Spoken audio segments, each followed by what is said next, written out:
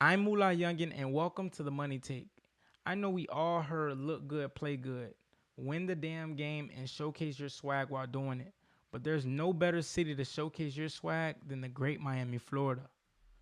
Two college football blue bloods with arguably the two most traditional threads will face off this Thursday night in Miami, Florida at the Orange Bowl. Second year head coach Marcus Freeman is turning heads, leading Notre Dame to their first ever two college football playoff wins. However, the stakes are also high for Penn State. Not only are they a new face in the college football playoff, but they have not played in a game this big since the 1987 Fiesta Bowl. Notre Dame started the season 1-1, dropping a tough loss to Northern Illinois. While the college football world doubted their ability to contend for a title this year, Marcus Freeman knew otherwise. Notre Dame has been perfect since, winning 12 consecutive games and currently holding the largest streak active in the FBS for wins consecutively. The Irish thrive off their swarming defense, but what's most impressive is 9 of their games consecutively have been won by 10 plus points or more. Jeremiah Love accounted for 1,100 yards from scrimmage and 17 touchdowns. He also racked in 232 yards receiving, adding on 2 reception touchdowns. The sophomore running back also has the longest streak in college football. He rushed for a touchdown in 13 consecutive games. Riley Leonard is one of the more explosive quarterbacks in the FBS. He could throw for 300 plus yards, two touchdowns, and make plays with his legs. He's one of the more underrated pocket passer quarterbacks that flash dual threat when he needs to.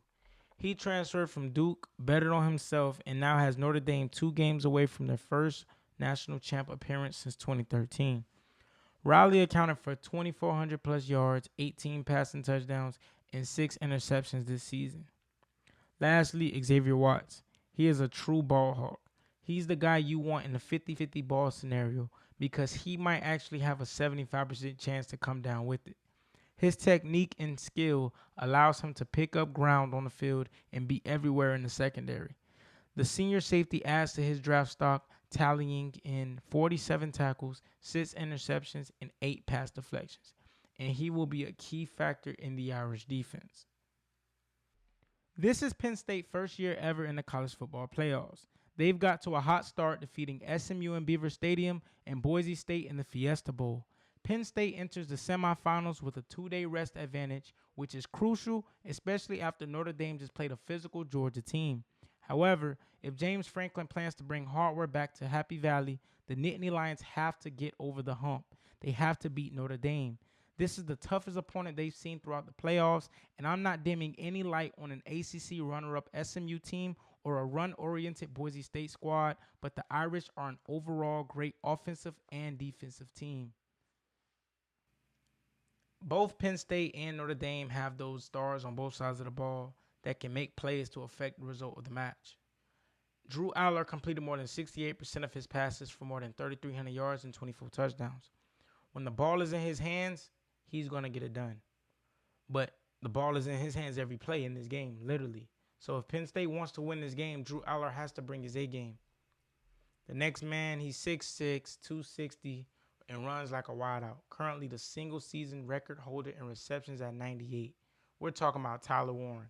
He's literally the unicorn of college football. He lines up at tight end, an extra O lineman, or even in the backfield at times.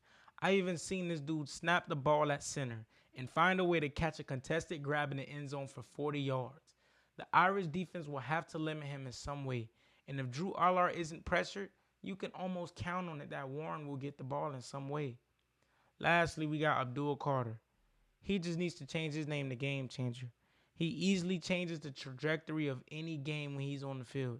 He's a disruptive football player, and he wants that. And he was that way when he played a linebacker also. This wasn't even his position. He changed to D end last winter, and he's already responsible for 43 tackles, 12 sacks, and 2 forced fumbles. When we're talking about guys that make a difference, Penn State has them. As we look deeper, the question becomes which defense is going to get the job done? Which defense is going to make those plays for their team to come out victorious? As we've seen in these playoffs, Notre Dame and Penn State has limited their opponent's offense from really doing what they usually do in order to win the game. So each team will definitely have to earn every single point on the scoreboard in this game.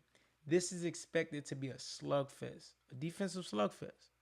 Both defenses are top 10 in every category, and they're trying to win a spot for the title game. It may come down to turnovers or which quarterback best handles pressure to lead the team down the field, or the quarterback that extends those drives on third down to get the first, to lead their team in a better situation to win. So this will come down to which quarterback can handle the defensive pressure the most, can make the best reads, and can just put their team in a situation to win. That's what this game will come down to. We've seen in the game where Penn State played SMU, where SMU's offense was just blazing. Their offense was just great along the season, explosive, exciting. And then the quarterback came into the game, threw 3 interceptions, threw 2 of those in the first half, and he just didn't know what to do. And he looked lost out there. Like, every time he snapped the ball, the D-line was in the backfield disrupting. He's running for his life, throwing the ball in the coverage, throwing interceptions, making costly mistakes. And we've seen a team like Georgia, who has a lot of explosive guys on that offense. They just couldn't click versus Notre Dame. Notre Dame had 3 scoring drives where Georgia gave them the short field, and then came back in the second half and got a kick return touchdown in the start of the third quarter. Like, it's stuff like that that gets you away in the game. So this game is definitely going to come down to which defense is going to make those plays to disrupt the opponent's offense.